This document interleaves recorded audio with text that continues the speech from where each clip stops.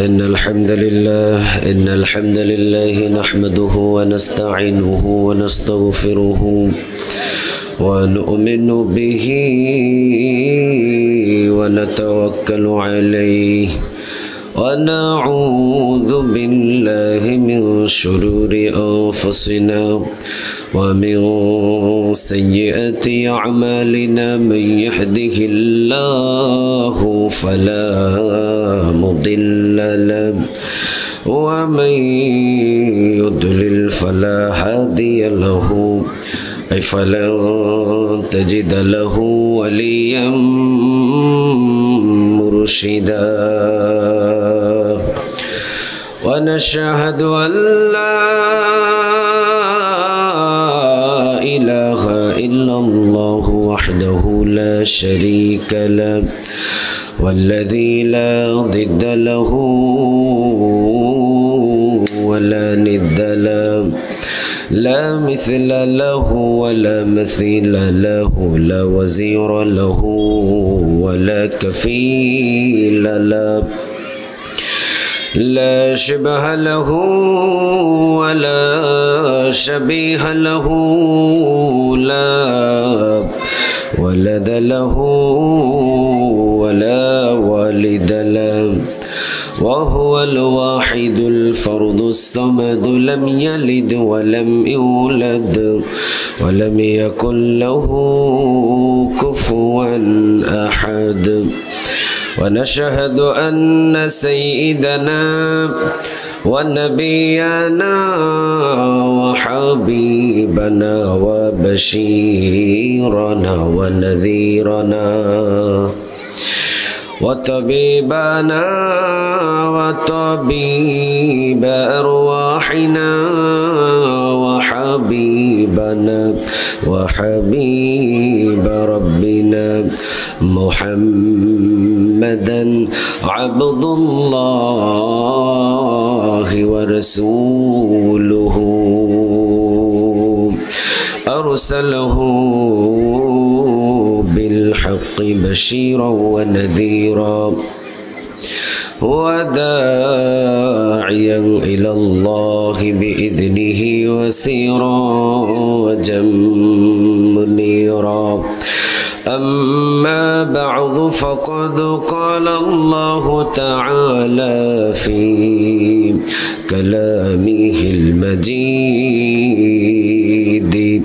وفي فرقانه الحميد أعوذ بالله من الشيطان الرجيم بسم الله الرحمن الرحيم إن الله وملائكته يصلون على النبي يا أيها الذين آمنوا صلوا عليه وسلموا تسليما اللهم صل على سيدنا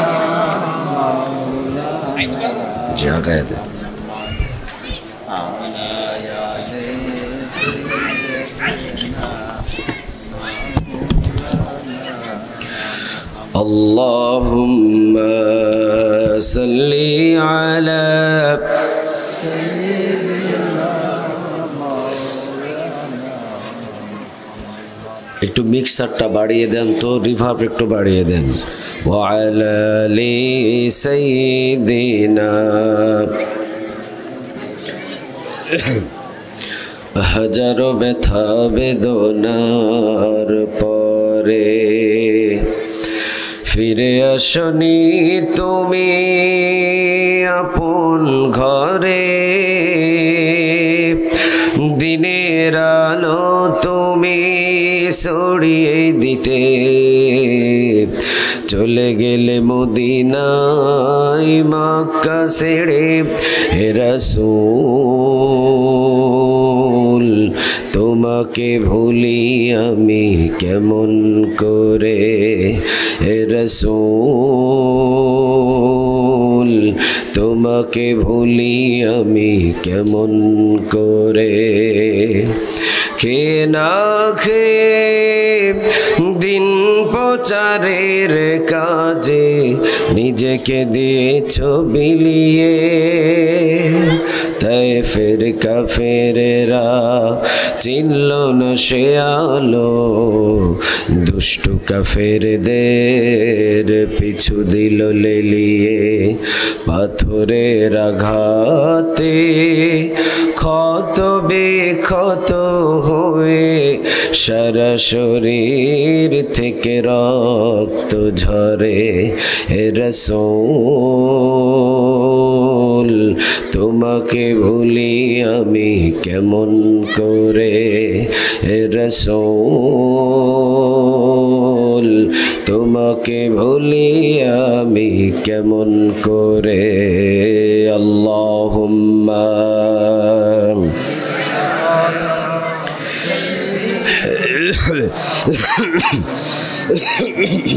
আমার কানে আওয়াজ আসতেছে না আমার কানে মাইকের আওয়াজ আসতেছে না পড়েন আল্লাহুম্মা সাল্লি আলা মুহাম্মাদ পড়েন আল্লাহুম্মা সাল্লি আলা মুহাম্মাদ ওয়া আলা আলি মুহাম্মাদ কামা সাল্লাইতা আলা ইব্রাহিম ওয়া আলা আলি ইব্রাহিম ইন্নাকা হামিদুম মাজিদ আল্লাহুম্মা বারিক আলা মুহাম্মাদ وعلى آل محمد كما باركت على إبراهيم وعلى آل إبراهيم إنك حميد مجيد لا إله إلا الله لا إله لا إله إلا الله لا إله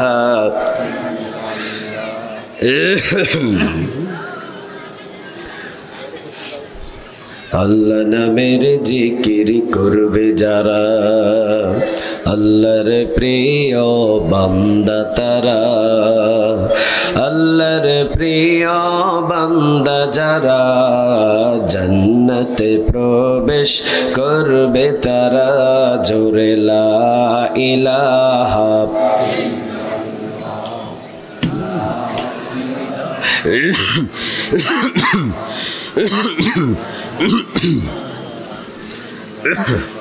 اللهم اسمك لا إله إلا الله محمد رسول الله সাল্লাল্লাহু আলাইহি ওয়াসাল্লাম আপনারা যশোরবাসী সবাই কেমন আছেন আলহামদুলিল্লাহ আমি ভালো আছি কিন্তু আপনাদের আওয়াজে তো মনে হয় না যে আপনারা ভালো আছেন যশোরবাসী আপনারা সবাই কেমন আছেন আল্লাহর নামটা কি আস্তে হওয়া দরকার না জোরে বলেন তো দেখি যশোরের মানুষ কোরআনের উর্বর একটা জায়গা আমার তো মনে হয় বাংলাদেশের কোন ডিস্ট্রিক্টে যদি সর্বপ্রথম কালেমার পতাকা উড়ে এই যশোরবাসীরা কালেমার পতাকা উড়াবে ঠিক না বেঠে তাহলে সে আওয়াজটা একটু দিতে হবে আপনারা সবাই কেমন আছেন আমাদের সবাইরে ভালো রাখেন তিনি কে আমাদের সবাইরে সুস্থ রাখেন তিনি কে কেউ যেটা পারে না সেটা পারেন কে কেউ যেটা দেয় না সেটা দেন কে কেউ যেটা শোনে না সেটা শুনেন কে সকল নিয়ামতের মালিক কে বলেন সে আল্লাহর প্রতি নিয়ামতের শুকরিয়া আদায় করব রাজি আছেন সবাই চিৎকার দিয়ে পড়েন আলহামদুলিল্লাহ পড়েন রব্বানা লাকাল হামদ حمدا كثيرا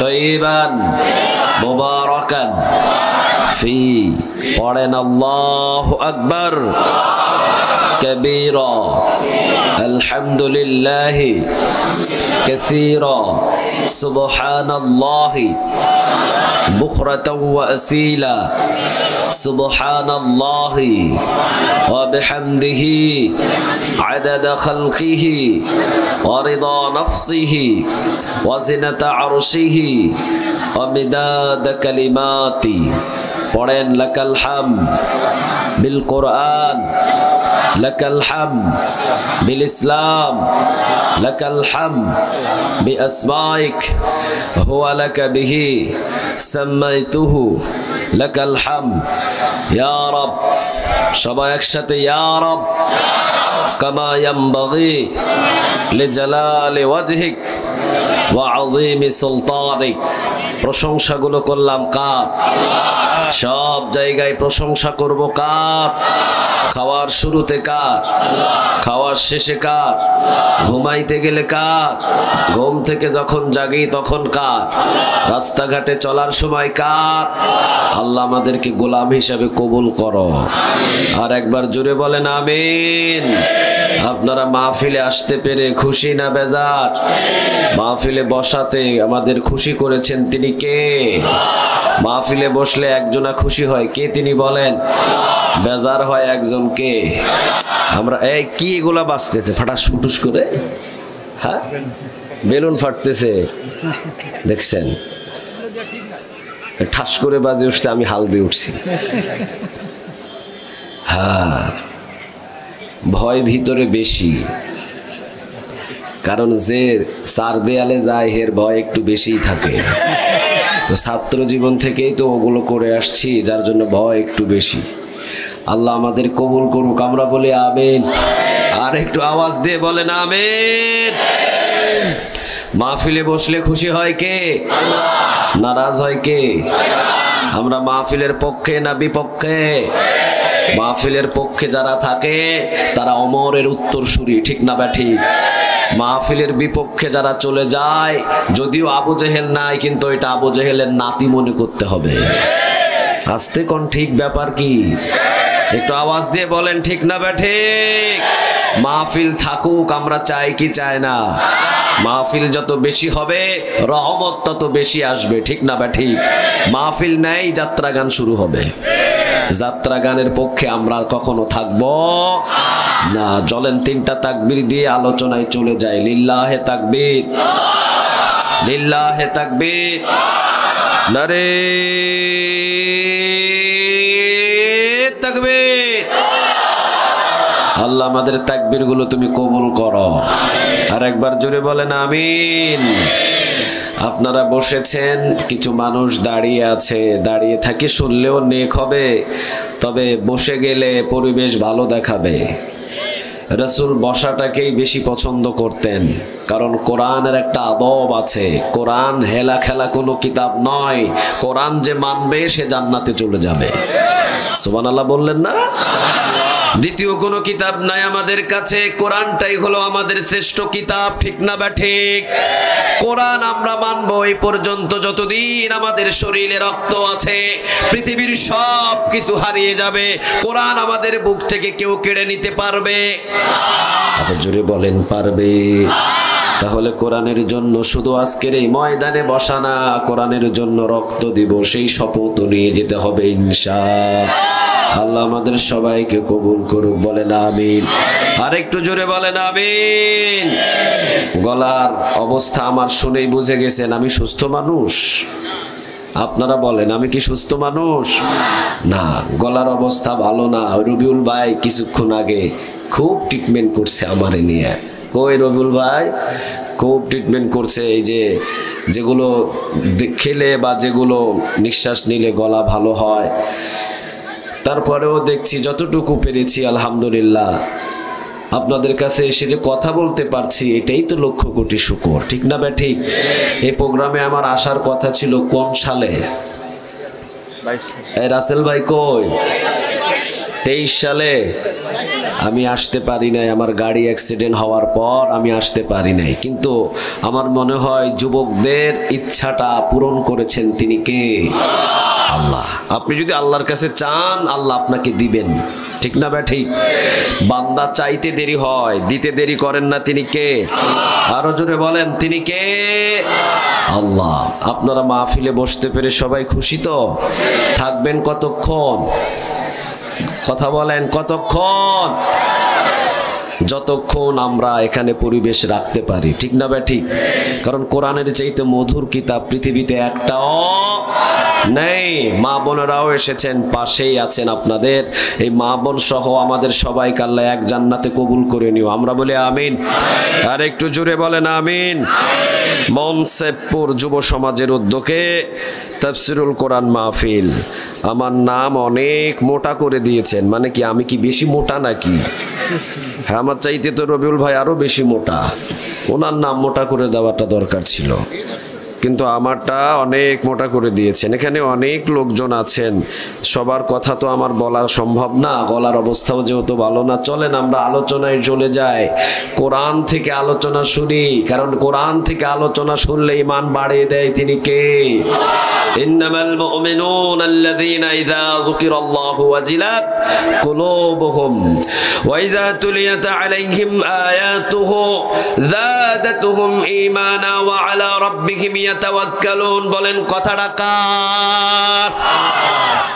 এমন একটা কিতাব আমরা পেয়েছি, যে কিতাব থেকে যে আলোচনা করবে সে যতগুলো নেক পাবে, আপনি যদি বসে শুনেন তার আমল নামায় ততগুলো নেক জমা করে দিবেন তিনি কে? আমি তেলাওয়াত করব, প্রতি হরফে হরফে যতগুলো নেক আমল নামায় জমা হবে, আপনি যদি পাশে থেকে শুনেন ওই পরিমাণ নেক আপনার আমল নামায় জমা করে দিবেন তিনি কে? এমন শ্রেষ্ঠ কিতাব পৃথিবীতে একটাও, আরো জোরে বলেন একটাও। আপনারা কি ঘুমিয়ে আছেন? মাহফিলে কথা বললে কি কষ্ট হয়? হ্যাঁ, তো কথা বলছেন না কেন? আরেকটা তাকবীর দেন তো, লিল্লাহে তাকবীর। সবাই মনে করছেন এত কথা বলে লাভ কি? মাহফিলে কথা বলবেন, যত চুপ থাকবেন ইহুদি তত মাথা চাড়া দিয়ে উঠবে। আমরা চুপ আছি বিদায় আজকে 80 লক্ষ ইহুদি বাইতুল মুকাদ্দাসে হামলা দিয়েছে, ঠিক না বেটে? 52.5 লক্ষ বর্গ মাইল আমরা যারা আছি এখানে, আমরা যারা পৃথিবীতে বসবাস করছি 200 কোটি মুসলমান আর 80 লক্ষ ইহুদি মাত্র। আমরা তো প্রস্রাব করে দিলেও ফেনায় উড়ে যেত, ঠিক না বেটে? কিন্তু আমরা ঘুমিয়ে পড়েছি, আমরা ঘুমন্ত, যার জন্য ওরা জাগ্রত। এই জন্য আমাদের একটু জাগতে হবে, চুপচাপ থাকার আর সময়, আরো জোরে বলেন আর সময় নেই। আমরা বাংলাদেশটাকেই পরিবর্তন আজ পর্যন্ত করিতে পারি নাই, কিন্তু সবাই বলি আমরা কোরআন মানি, কোরআন মানি। কেমন মানেন কোরআন? বাংলাদেশে আমরা 98% মুসলমান বাংলার জমিনে হজের বিরুদ্ধে কথা বলে, কয়েকজন বলছে ঠিক, মানে বাকিগুলো শর্ত যে বলুক আরো ভালো, এই মান নিয়ে বসে আছে মনে হয়। হজের বিরুদ্ধে কথা বললে নারাজ হয় তিনি কে? কারণ হজ বিধানটা কার? আজানের বিরুদ্ধে কথা বলে, হজের বিরুদ্ধে কথা বলে, আল্লাহর বিরুদ্ধে কথা বলে, আমার রাসূলকে নিয়ে বাজে মন্তব্য করে এই বাংলার জমিনে। কিন্তু আমরা 98% মুসলমান কিছুই করতে পারি নাই, চুপ আমরা সবাই। এই যে চুপ থাকার কারণে তাদের সাহস বাড়ে না কমে? আরো জোরে বলেন বাড়ে না কমে? আমি এই জন্য মাঝে মাঝে বলি, এই কথাগুলো তোমরা বিদেশে থেকে বলো না, এই কথাগুলো তোমরা ঢাকা শহরে নিজের ঘরের ভিতরে বলো না।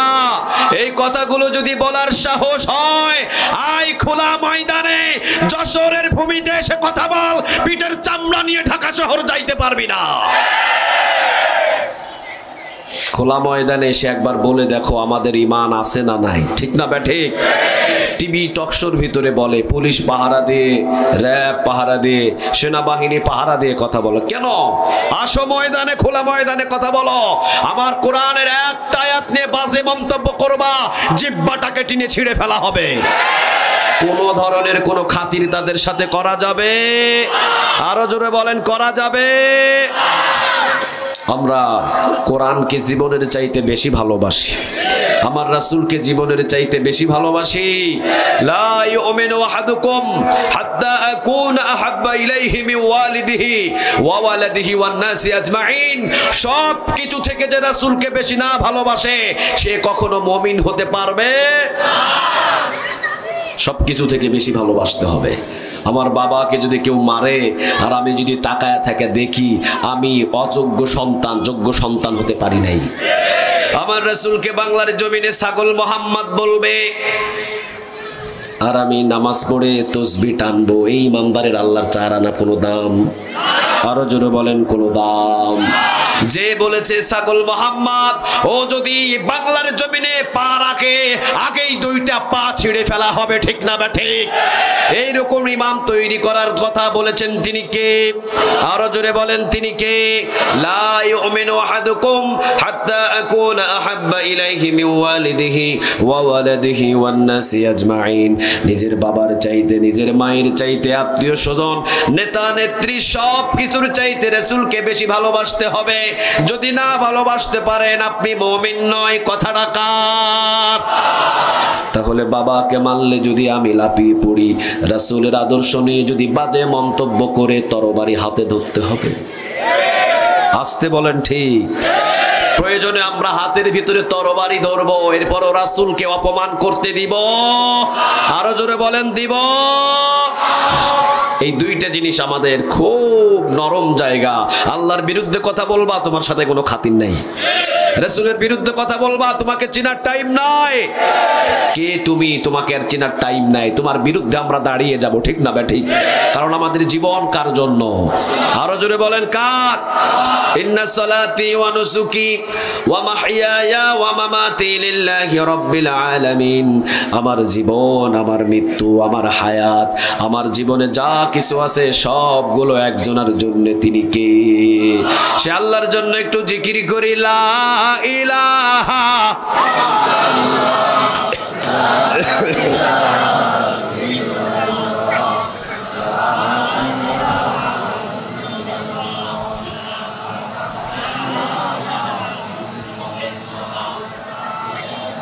লা ইলাহা ইল্লাল্লাহু মুহাম্মাদুর রাসূলুল্লাহ সাল্লাল্লাহু রাসূলুল্লাহর উম্মত আমি, এক আল্লাহর বান্দা, তাগুদের উচ্ছেদ আমার হয়েছে পয়দা। আশরাফুল মাখলুকাত আমি, খলিফা আল্লাহর, বাতিলের উৎখাত জানি, পয়দা সে আমার। বলেন আমিন। আর একটু জোরে বলেন আমিন। এই কালিমার পক্ষে চলার জন্য আমাদের সবাইকে দুনিয়াতে পাঠিয়েছেন তিনি কে? আরো জোরে বলেন তিনি কে? যতদিন বেঁচে আছি তাজা রক্ত ইসলামের জন্য ঢালবো, কিন্তু পিছু পা হব। আরো জোরে বলেন হব। সেই আয়াত থেকে আজকে আমরা কিছু কথা শুনবো ইনশাআল্লাহ। কোরআন থেকে কথা শুনলে ঈমান বাড়ে না কমে? আরো জোরে বলেন। এমন ঈমান বাড়ে, ওয়া আলা রাব্বিহিম ইয়াতাওয়াক্কালুন। ওই গোলাম পৃথিবীর কারো পরোয়া করে না, ওই গোলাম পরোয়া করে একজনের। তিনি কে? 3 বছর জেলখানায়, তারপরও কিন্তু বাতিলের কাছে মাথা নত করে না, ঠিক না বেটি? কে ঈমান দান করেছেন? আরো জোরে বলেন কে? জেলখানা থেকে বাহির হয়েছেন, বাহির হওয়ার পর আবার কোরআনের কথা ময়দানে ছড়িয়ে দিচ্ছেন, কারণ তার কোনো ভয় নাই। জীবন দেওয়া পর্যন্ত কথা বলবে কার? আমরা যদি এমন ইমাম তৈরি না করতে পারি জান্নাতে যাওয়া যাবে? আরো জোরে বলেন যাবে। এমন ঈমান আমরা তৈরি করেছি যে ঈমান আমাকে ফজর নামাজে ঘর থেকে আনতে পারে না। এই ঈমান কিভাবে আপনাকে জান্নাতে নিয়ে যাবে? ফজর নামাজের আজান হয় মসজিদে, ওই ঈমান তাকে মসজিদে নিয়ে আসতে পারে এটা কি জান্নাতে নিয়ে যেতে পারবে? আপনাদের কি বিশ্বাস হয়? আল্লাহ আমাদের একটু বাড়তি ঈমান দান করুক, আমরা বলি আমিন। তাহলে কোরআন থেকে কথা শুনলে ঈমান বাড়িয়ে দেয় তিনি কে? আরো জোরে বলেন। কোরআনের ভিতরে সূরা আছে কয়টা? আর একটু জোরে বলেন কয়টা? আমি আপনাদের কাছে আগেই মাপ চেয়ে নিচ্ছি, লং টাইম পর্যন্ত আমি কথা আজকে বলতে পারবো না। যতক্ষণ আমার গলায় কোলায় ততক্ষণ আমি বলবো, এর ভিতরেই আপনাদেরকে একটু ধৈর্য নিয়ে শুনতে হবে। বেশি সময় আমি আপনাদের কাছে নিব না, তবে আয়াত থেকে তাফসিরটা পরিপূর্ণভাবে শেষ করার চেষ্টা করব ইনশাআল্লাহ। কারণ কোরআন থেকে কথা বললে রাসূল বলেছেন কবুল হওয়া 500 রাকাত নফল নামাজের নেক আল্লাহ আমল নামায় জমা করে দেয়। আর একটু আওয়াজ দিয়ে পড়েন সুবহানাল্লাহ। পয়সা লাগে নাকি যশোরে সুবহানাল্লাহ বলতে? একটু আওয়াজ দিয়ে পড়েন দেখি সুবহানাল্লাহ। একবার পড়েন আলহামদুলিল্লাহ, একবার পড়েন আল্লাহু আকবার, একবার পড়েন লা ইলাহা ইল্লাল্লাহ। এগুলো শব্দ পড়লে কোনো অসুবিধা নাই, পড়বেন, এগুলো অসুবিধা কোথায়? মুখ খুলে জবান খুলে বলবেন, কারণ আমরা জমিনে এসেছি নাম নেওয়ার জন্য। কার? আসমানটা কার? ওই জমিন কার? এই সূর্য কার? এই চন্দ্র কার? নাম নিব কার? আসতে না জোরে। আল্লাহর জমিনে যদি আল্লাহর নাম না নিতে পারেন, প্রশ্ন করবেন তিনি কে? আমার ঘরে আমি যা ইচ্ছা তাই করব, ঠিক না বা ঠিক? আল্লাহ বলছেন বান্দা আমার জমিনে তোরা আমার কোরআনের দিন কায়েম কর। কোরআনের দিন কায়েম করতে গিয়ে কখনো পিছু টান নিবি না, পিছু টান নিলেই প্রশ্ন করবেন তিনি কে? কারণ জমিন কার? কার হুকুম মতো চলবে জমিন? চলছে কার? হ্যাঁ, চলছে আল্লাহ। একটা কোনো আইন বাংলাদেশে কোরআনের নাই, এইটাও কইতে পারে না ঠিক। কথা বলেন ঠিক না ঠিক? চুরি করলে হাত কেটে দাও, আইনটা কার? আরো জোরে বলেন কার? আমরা পার্লামেন্ট থেকে আইনটা চাই কি চাই না? যতদিন পার্লামেন্ট থেকে আইন চালু না হবে সুর মুক্ত বাংলাদেশ হবে না। সুর বাড়বে না কমবে? ওই যে রডের বদলে কি আসবে? রোডের বদলে কি আসবে? আর যেদিন চোরের হাত কাটার আইন চালু হয়ে যাবে সেই দিন দেখবেন বাস, একটা চোরও নেই, সব চোর কোথায় হারিয়ে যাবে আল্লাহ ভালো জানে। কারণ শাস্তি যেখানে সেখানে শান্তি দান করেন তিনি কে? আরো জোরে বলেন। বাংলাদেশের ভিতরে দেখেন মদ বাড়ছে, ইয়াবা বাড়ছে, ফেন্সিডিল বাড়ছে, কিন্তু আল্লাহ বললেন 80টা বেতের বাড়ি লাগাও। একটা যদি মদখোরকে 80টা বেতের বাড়ি এই যশোরে লাগানো হয়, সব মদখোর ভালো হয়ে যাবে, ঠিক না বেঠি? কিশোর গ্যাং বেড়েছে যশোরে, তো আমি কয়েকদিন দেখলাম, কয়েকদিনের ভিতরে 60 জনেরও বেশি কিশোর গ্যাং ধরেছে, ঠিক না বেঠি? কেন এত বাড়ছে কেন? কোরআনের আইন চালু করে দাও, মাথা তুলে দাঁড়ানোর মতো পৃথিবীর কারো ক্ষমতা নাই, ঠিক না বেঠি? এখন আমরা যারা বলছি কোরআনের আইন চালু করো, ওরা বলছে তোমরা জঙ্গি। কথা কর না কেন? বলছে তোমরা জঙ্গি। আহা, কষ্ট লাগে। জঙ্গি বলো যাই বলো, অসুবিধা নাই, তারপরও কোরআন দিয়ে দেশ চালাও, শান্তি দিবেন তিনি কে? আরো জোরে বলেন তিনি কে? আল্লাহ। তাহলে কোরআন থেকে আলোচনা শুনবো। কোরআনের সূরা ওয়াকিয়ার 77 নম্বর আয়াতে বলছেন ইন্নাহু লাকুরআনুন কারীম, কোরআন সম্মানিত কিতাব, যে সম্মানিত কিতাবকে সম্মান করে তার সম্মান মর্যাদা আরো সে বাড়িয়ে দেন তিনি কে? আরো জোরে বলেন। আল্লাহর কথা যদি কেউ একা একা করে, আল্লাহ নিজেই ওই বান্দাকে একা একা স্মরণ করে। সুবহানাল্লাহ বললেন না? আর একটু আওয়াজ দিয়ে পড়েন সুবহানাল্লাহ, আর একটু চিৎকার দিয়ে পড়েন সুবহানাল্লাহ। দেখেন আল্লাহ রাব্বুল আলামিন কি বলছেন। আল্লাহ রাব্বুল আলামিনের কথা যদি আপনি একা একা স্মরণ করেন, আপনাকেও একা একা স্মরণ করেন তিনি কে? আর আপনি যদি মানুষদেরকে নিয়ে আল্লাহ রাব্বুল আলামিনের কথা স্মরণ করেন, আল্লাহ রাব্বুল আলামিন বলছেন আমিও পবিত্র ফেরেশতাদের সামনে তোমার কথাই স্মরণ করি। একটু আওয়াজ দিয়ে পড়বেন না সুবহানাল্লাহ? তাহলে আমরা এখানে জিকির করছি কার? প্রশংসা করছি কার? আলোচনা করছি কার? লা ইলাহা ইল্লাল্লাহু মুহাম্মাদুর রাসূলুল্লাহ সাল্লাল্লাহু। এই জন্য সূরা ওয়াকিয়া ৭৭ নম্বর আয়াত আল্লাহ রাব্বুল আলামিন বলছেন ইন্নাহু লাকুরআনুন কারীম, কোরআন হলো পবিত্র গ্রন্থ। পবিত্র কিতাবকে যে সম্মান করবে তার সম্মান মর্যাদা আরো সে বাড়িয়ে দিবেন। তিনি কে? সম্মান দেওয়ার মালিক কে? আরো জোরে বলেন। এই কোরআনের জন্য যারা হামলা খেয়েছে ওদের সম্মান বেশি না কম? প্রকৃতপক্ষেই দেখবেন সমাজের ভিতরে যে বাড়িতে পুলিশ আসে ওই সমাজে তার বদনাম ছড়িয়ে যায়।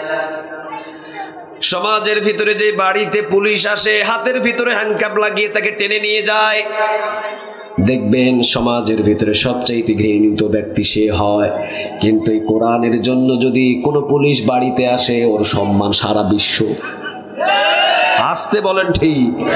কোরআনের জন্য যদি হাতে এবং পায়ে যদি ডান্ডা বেড়ি পড়ে বুঝতে হবে ওর সম্মান বাংলাদেশে না বিদেশের প্রান্তরে ওর সম্মান পৌঁছে যায়। ঠিক না বা ঠিক?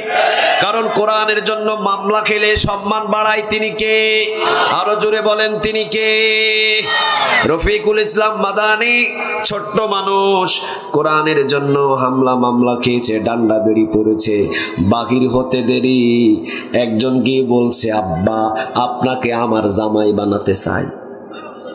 সুবহানাল্লাহ। বাড়িতে গিয়ে বললেন। আর একটু আওয়াজ দিয়ে পড়েন সুবহানাল্লাহ। দেখছেন ছোট মানুষ, ও যেদিন জেলখানা থেকে বাগির হয়েছে বাংলাদেশের বড় একজন হুজুর গিয়ে বলছে আব্বা তোমাকে আমার জামাই বানাবো। সুবহানাল্লাহ বলে। তাহলে জেলখানায় কোরআনের জন্য ঢুকলে ভালো পরিবারের জামাই হওয়া যায়। ঠিক না বা ঠিক? অথচ ওই মানুষটাকে কেউ জামাই আগে বানাতেই চাই নাই। কতক্ষণ না কেন? কিন্তু যেদিন বাগির হয়েছে ওর অফার এসেছে আব্বা আপনাকে আমরা জামাই বানাবো। সুবহানাল্লাহ বলে। বিয়ে করলেন, জামাই হলেন, এমন সম্মান তার বেড়েছে যেখানেই কোরআনের কথা নিয়ে যায় অটোমেটিক মানুষের ভিতরে আকর্ষণ দিয়েছেন তিনি কে? এই তো আপনাদের পাশের ডিস্ট্রিক্টের মানুষ হামজা ভাই। আলহামদুলিল্লাহ বলেন। এগুলো একটা দেশের সম্পদ। ঠিক না ব্যাঠি? যদিও আমরা জানি না, যদিও আমাদের জানা নাই কোরআনের চাইতে বড় মানলেওয়ালা, কোরআনের চাইতে বড় সম্মানী ব্যক্তি পৃথিবীতে একটাও। পৃথিবীতে সবচাইতে সম্মান বেশি মুহাম্মদ সাল্লাল্লাহু। এই কোরআন মানার কারণে তার সম্মান বাড়াইছেন তিনি কে? আরো জোরে আওয়াজ দিয়ে বলেন তিনি কে? দেখি আপনাদের ইমানের প্রশ্নে রাসূলের চাইতে ভালো ব্যক্তি যশোরে কেউ আছে নাকি? কয়েকজন বলছে খালি। রাসূলের চাইতে কি সারা পৃথিবীতে ভালো ব্যক্তি কেউ আছে? কোরআনের জন্য সম্মান ছড়িয়ে দিয়েছেন তিনি কে? রাসূলের কি ফেসবুক আইডি ছিল? ইউটিউব আইডি ছিল? কিন্তু প্রতিটা মানুষ তারকে দেখার জন্য হাজারবার কান্না করে। ঠিক না ঠিক? কত মানুষ, কত সেলিব্রিটি গিয়ে দাঁড়িয়ে আছে ওই রওজার পাশে, মিলিয়ন মিলিয়ন গিয়ে দেখেন যার ফলোয়ার। বিশ্বের ভিতরে সবচেয়ে বড় বড় যারা সেলিব্রিটি তারা ওই রওজার পাশে দাঁড়িয়ে থেকে রাসূলকে সালাম জানাচ্ছে আর বলছে ইয়া রাসূলুল্লাহ এসেছি আপনার রওজার পাশে, উম্মত হিসাবে আপনি আমাকে গ্রহণ করে নেন। আর একটু আওয়াজ দিয়ে বলা যায় না আমিন? কত বড় বড় সেলিব্রিটি, কত বড় বড় যার মিলিয়ন মিলিয়ন ফলোয়ার আছে, কোটি কোটি ফলোয়ার, ওই মানুষগুলো রোজার পাশে দাঁড়িয়ে আছে। যার পাশে দাঁড়িয়েছেন কোনো ফেসবুক আইডি নাই, কোনো ইউটিউব আইডি নাই, কিন্তু রাসূলের সম্মান মর্যাদা আসমান আর জমিনে ছড়িয়ে দিয়েছেন তিনি কে? বুঝতে হবে কোরআনের জন্য তিনি দুইটা দান শহীদ করেছেন, কোরআনের জন্য তিনি মাথায় লোহার রড ঢুকিয়েছেন, কোরআনের জন্য তায়েফের ময়দানে মার খেয়েছেন, কোরআনের জন্য নিজের ঘর ছেড়েছেন। এই জন্য রাসূলের সম্মান বাড়িয়ে দেন কে? বলেন, আরো জোরে বলেন কে? বোঝা যায় কোরআনের জন্য যদি আমরাও হামলা খাই আমাদের সম্মান কমবে না, বাড়িয়ে দিবেন তিনি কে? হামজা ভাইয়ের সম্মান বেশি না কম? আরো জোরে বলেন বেশি না কম? গতকালকে আমার মোবাইলে একটা মেসেজ দিয়েছে কুমিল্লা থেকে। উনি বলছেন ভাই যদি 2 লাখ টাকা লাগে 2 লাখ দিব, আমির হামজা ভাইয়ের একটা ডেট নিয়ে দেন। আজকে আমি রবিউল ভাইকে বলছি ভাই ওখানে একটা ডেট নিয়ে দেন। 2 লক্ষ টাকা দিয়ে একটা মাহফিলে ওনাকে নিয়ে যাওয়ার জন্য মানুষ চাচ্ছে। বোঝা যায় ওনার নিজের ব্যক্তিত্ব নয়, এটা হলো কোরআনের ব্যক্তিত্ব, ঠিক না ঠিক? এই কোরআনের জন্য তার সম্মান আর মর্যাদা সমাজের ভিতরে বাড়িয়েছেন তিনি কে? এই জন্য কোরআনের জন্য আপনি যত ত্যাগ স্বীকার করবেন সম্মান বাড়বে না কমবে? আরো জোরে বলেন বাড়বে না কমবে? এখানে যদি ধৈর্য নিয়ে বসে থাকেন এই কোরআনের জন্য সম্মান বাড়বে না কমবে? তাহলে কোরআন শুনতে এসেছি আজকে সারা রাত। কথা কন না কেন আপনারা? সারা রাত কোরআনের জন্য আজকে সময় কাটিয়ে দিব ইনশাআল্লাহ। কারণ কোরআনের জন্য যদি ত্যাগ দিই সম্মান বাড়ে না কমে? আরো জোরে বলেন বাড়ে না কমে? সম্মান বাড়িয়ে দেন তিনি কে? সূরা ওয়াকিয়ার ৭৭ নম্বর আয়াত, ইন্নাহু লাকুরআনুন কারীম, কোরআন হলো সম্মানিত কিতাব। সম্মান করেন কোরআনকে, আপনার সম্মান মর্যাদা বাড়িয়ে দিবেন তিনি কি? ওয়াতুইজ্জু মা তাশা ওয়া তুযিল্লু মা তাশাউ বিয়াদিকাল খায়র ইন্নাকা আলা কুল্লি শাইইন কাদির। কথাটা কার? আল্লাহ রাব্বুল আলামিন বলেন পৃথিবীতে মানুষ যাকে সম্মানিত করতে চায়, আমি যদি আল্লাহ বলি তাকে সম্মান দিব না, পৃথিবীর কোন মানুষ তাকে সম্মানিত করতে পারে না, ঠিক না ঠিক? আল্লাহ বলছেন আমি যাকে সম্মান দিই পৃথিবীর সব মানুষ মিলেও তাকে বেইজ্জত করতে পারে না। কথাটা কার? সম্মান দিতে পারেন কে? বেইজ্জত করেন কে? জুতার মালা দেয় কে? ফুলের মালা দেয় কে? এই জন্য কোরআনের জন্য যদি হাতে পায়ে ডান্ডা বেড়ি পড়েন সম্মান বাড়ে না কমে? বাড়ে না কমে? ঘরের ভিতরেই কোরআন তেলাওয়াত করার জন্য একটা রেহেল কিনে নিয়ে যায় বাজার থেকে, 50 টাকা দাম। অথচ ঘরের ভিতরে যে দামি দামি খাট আছে, দামি দামি সোফা আছে, ঘরের ভিতরে কিন্তু দামি দামি অনেক বক্স খাট আছে যার নাম 40,000, 50,000, 1 লক্ষ টাকার খাট। প্রতিদিন লাথি লাগে কোনো সালাম, কিন্তু 50 টাকার রেহেলে যদি লাথি লাগে কি দেয়? কথা কই না? কি দেয়? কেন সালাম দেয়? কারণ 24 ঘন্টা 50 টাকার রেহেল যদিও দাম কম, 24 ঘন্টা কোরআনের সাথে লেগে থাকার কারণে ওই 50 টাকার সম্মান বাড়িয়েছেন তিনি কে? হোক আপনি রিকশা চালক, হোক আপনি দিনমজুরি, হোক আপনি দিনমজুরি, হোক আপনি রিকশা চালক, কোরআনের জন্য যদি সময় ব্যয় করেন কোটি টাকার সম্পদওয়ালার চাইতে আপনার সম্মান আল্লাহর কাছে বেশি, ঠিক না ঠিক? আপনি যাই হন কোনো অসুবিধা নাই, কিন্তু কোরআনের জন্য যদি আপনি শ্রম দেন, ঘাম দেন, আল্লাহর কাছে কোটি টাকার সম্পদওয়ালার চাইতে আপনার সম্মান বাড়িয়ে দিবেন তিনি কি? তাহলে কোরআন থেকে কথা শুনলে ঈমান বাড়ে, কোরআনের সাথে সম্পর্ক করলে সম্মান বাড়ে, ঠিক না ঠিক? আবু বকরের সম্মান বেশি না কম? সারা পৃথিবীর সবার ঈমান যদি এক পাল্লায় দিয়ে দেন, আবু বকরের ঈমান যদি আরেক পাল্লায় দিয়ে দেন, আবু বকরের ঈমানের ওজন বেশি হয়ে যাবে। রাসূল বলেছেন আমার আবু বকরের 1 কদমের নেক এক পাল্লায় দাও। কয় কদম? 1 কদম। আমার আবু বকরের 1 কদমের নেক এক পাল্লায় দাও, আর পৃথিবীর সব ইমানদারের নেক আরেক পাল্লায় দাও। আমার আবু বকরের 1 কদমের নেকের ওজন বেশি হয়ে যাবে। এই কোরআনের জন্য ত্যাগ স্বীকার করেছে, সম্মান বাড়িয়ে দিয়েছেন তিনি কে? একদিন বললেন রাসূলের সামনে, ইয়া রাসূলুল্লাহ বড় কে, আমার বাবা আবু বকর নাকি ওমর? রাসূল সাল্লাল্লাহু আলাইহি ওয়াসাল্লাম বললেন ওমর তো ওমর, লাউ কানা নাবিয়্যুম মিন বা'দি লাউ কানা ওমর, আমার পরে কোনো নবী নাই, কোনো রাসূল নাই, যদি নবী হতেন ওমরকে নবী বানিয়ে দিতেন তিনি কে? আরো জোরে বলেন তিনি কে? আবার রাসূল একই সাথে 2 জন সাহাবীর কথা বললেন, আরহামু উম্মতি বি উম্মতি আবু বকর, আমার নরম মানের সাহাবী হলেন আবু বকর, গরম মানের সাহাবী হলেন ওমর। নরম আর গরমের সমন্বয়ে কালিমার পতাকা উড়িয়ে দিয়েছেন তিনি কে? কিন্তু আমরা বাঙালি সব নরম, কথা কোন না কেন? সব নরম, শুধু আবু বকর আছে আমাদের বাংলাদেশে, ওমর একটাও নাই। আসতে বলেন ঠিক। মাঝে মাঝে ওমর হওয়ার দরকার আছে না নাই? রাসূলকে জিজ্ঞাসা করা হলো, ইয়া রাসূলুল্লাহ বলেন দেখি কে বড়, ওমর নাকি আবু বকর? রাসূল বললেন, ওমরের কথা এখন চুপ থাকো, বলার দরকার নাই। আমার আবু বকর সম্পর্কে কিছু কথা শোনো। আমার আবু বকর আমার সাথে যেই সময়টুকু ওই গুহার ভিতরে ছিল, আমি যেদিন মক্কা থেকে মদিনায় হিজরত করেছিলাম, আমি যেই দিন আবু বকরকে সাথে নিয়েছিলাম, আবু বকরের অরুর উপরে মাথা রেখে আমি যতটুকু সময় ঘুমিয়েছিলাম, ওই সময়ের নেক যদি এক পাল্লায় দিয়ে দেওয়া হয়, আর ওমর সহ সব উম্মতের নেক যদি আরেক পাল্লায় দিয়ে দেওয়া হয়, আবু বকরের ওই সময়ের নেকের ওজন বাড়িয়ে দিবেন তিনি কে? তাহলে কোরআনের জন্য যদি সফর করেন, কোরআনের জন্য যদি ত্যাগ স্বীকার করেন, সম্মান বাড়ে না কবে? আরো জুড়ে বলেন, বাড়ে না কবে? এই জন্য আল্লাহ রাব্বুল আলামিন বলছেন আমাদেরকে সূরা হামিম সেজদার 30 নম্বর আয়াত, কত নম্বর জানতে হবে? কত নম্বর? নাম কি সূরা? সূরা হামিম সিজদা কত নম্বর আয়াত?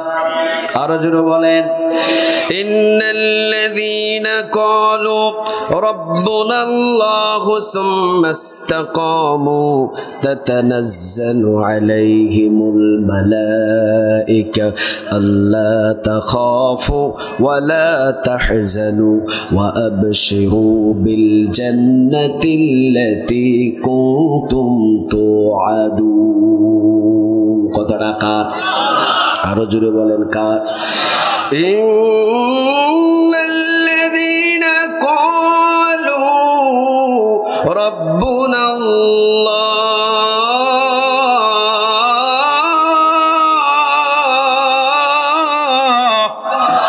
ইন্নাল্লাযীনা ক্বালু রাব্বুনাল্লাহ, নিশ্চয়ই মুমিনদের একজন রব, তিনি কে? আমাদের রব কয়জন? আরো জোরে বলেন, কয়জন? নাম কি? আরো জোরে বলেন, নাম কি? দেখি আল্লাহর নাম একটু আওয়াজ দিয়ে নেন তো দেখি। আল্লাহ। আর একটু জোরে বলেন আল্লাহ। আর একটু আওয়াজ দিয়ে বলেন আল্লাহ।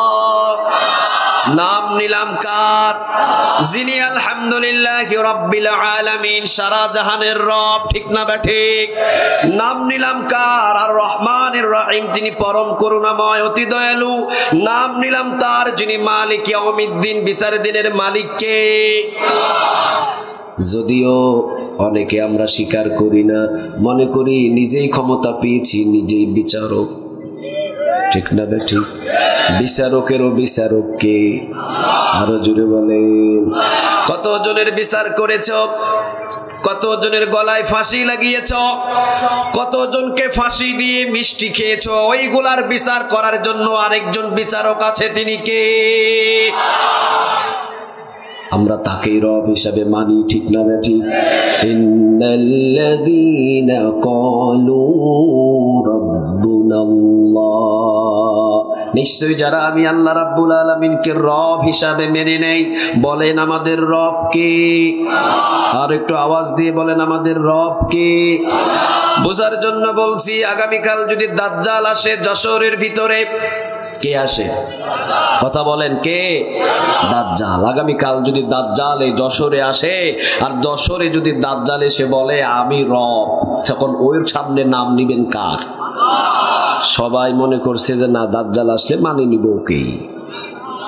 আওয়াজে তো বোঝা গিয়েছে। তাই আগামীকাল যদি দাজ্জাল যশোরে পা রাখে, আল্লাহ বলছেন দাজ্জাল পৃথিবীতে নামবে, কিন্তু আমার মুমিন বান্দা দাজ্জালের সামনেও আমি আল্লাহর নাম নিবে, ঠিক না ঠিক?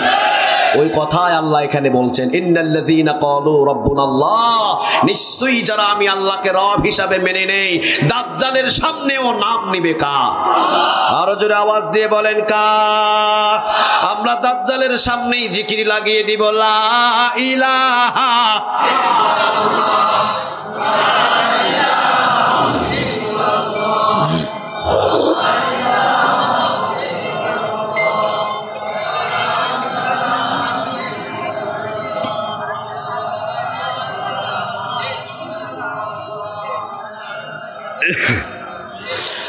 লা ইলাহা ইল্লাল্লাহু মুহাম্মাদুর রাসূলুল্লাহ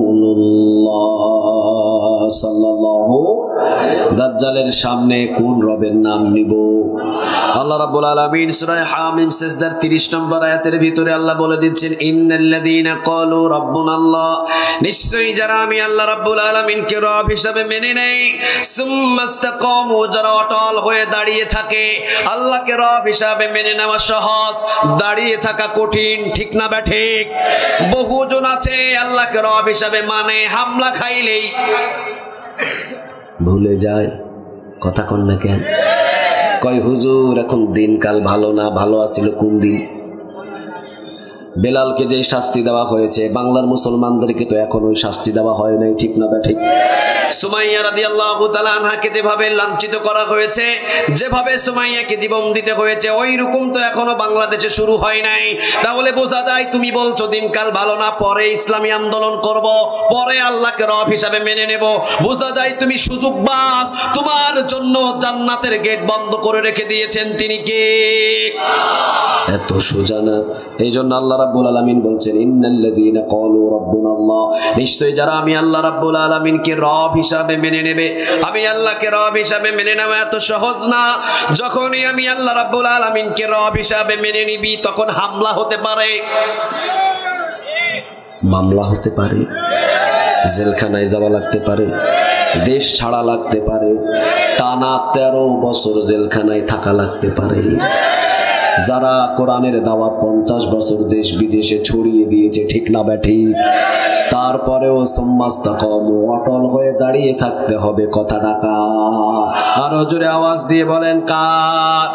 আল্লাহ রাব্বুল আলামিন বলছেন, ইন্নাল্লাযীনা ক্বালু রাব্বুনাল্লাহ, নিশ্চয়ই যারা আমি আল্লাহ রাব্বুল আলামিনকে রব হিসাবে মেনে নেবে, সুম্মাস্তাকামু, অটল হয়ে দাঁড়িয়ে থাকবে, তাদের জন্য 3টা সুসংবাদ দিয়ে দিচ্ছেন তিনি কে? এবার আল্লাহ বলছেন, ওই সুসংবাদ আমি আল্লাহ রাব্বুল আলামিন দেব, ওই উপহার আমি আল্লাহ রাব্বুল আলামিন দেব। তবে সুম্মাস্তাকামু, অটল হয়ে দাঁড়িয়ে থাকতে হবে। কে বলেছেন বলেন? আরো জোরে বলেন কে?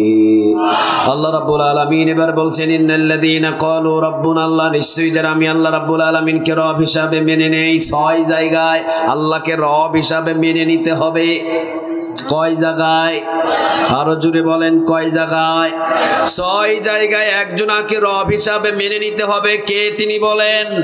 আরো জোরে বলেন কে? 6 জায়গায় আল্লাহকে রব হিসাবে মেনে নিয়ে সুম্মাস্তাকামু, অটল হয়ে দাঁড়িয়ে থাকতে হবে। বিন্দু পরিমাণ হাল হওয়া যাবে না, চিত হওয়া যাবে না, বিন্দু পরিমাণ ভেঙে যাওয়া যাবে। আরো জোরে বলেন ভেঙে যাওয়া যাবে। আলোচনা শুরু। 6 জায়গায় যদি আল্লাহকে রব হিসাবে মেনে নিয়ে সুম্মাস্তাকামু, অটল হয়ে দাঁড়িয়ে থাকতে পারেন, 3টা সুসংবাদ মৃত্যুর আগে আপনার কানে পৌঁছিয়ে দিবেন তিনি কে? 1 নম্বর সুসংবাদ, আল্লাহ তাখাফু, তোর কোনো ভয় নেই। 2 নম্বর সুসংবাদ, ওয়ালা তাহজানু, তোর কোনো চিন্তা নেই। 3 নম্বর সুসংবাদ, ওয়া আবশিরু বিল জান্নাহ, জান্নাত দেখ, এর পরে তোর মৃত্যু হবে। সুবহানাল্লাহ বলেন। জান্নাত দেখার পরেই তার মৃত্যু করবেন তিনি কে? তাহলে 3টা সুসংবাদ কে দিচ্ছেন? 1 নম্বর, আল্লাহ তাখাফু, তোর ভয় নাই। 2 নম্বর, ওয়ালা তাহজানু, তোর চিন্তা নাই। আর 3 নম্বর, ওয়া আবশিরু বিল জান্নাহ, তুই যে জান্নাতে যাবি, ওই জান্নাত আগে মৃত্যুর আগে দেখে নে, এরপরে জান্নাতে যা, এরপরে মর। সুবহানাল্লাহ বলেন। তাহলে আমি যদি 6 জায়গায় আল্লাহ রাব্বুল আলামিনকে রব হিসাবে মেনে নিয়ে সুম্মাস্তাকামু, অটল হয়ে দাঁড়িয়ে থাকতে পারি, আমি যেই জান্নাতে যাব, মৃত্যুর আগেই আমাকে ওই জান্নাতটা দেখিয়ে দিবেন তিনি কে?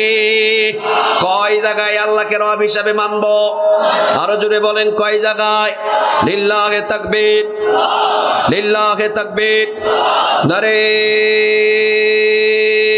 তাকবীর। কয় জায়গায়? নাম্বার 1, ব্যক্তিগত জীবনে রব হবেন তিনি কে? আরো জোরে বলেন তিনি কে?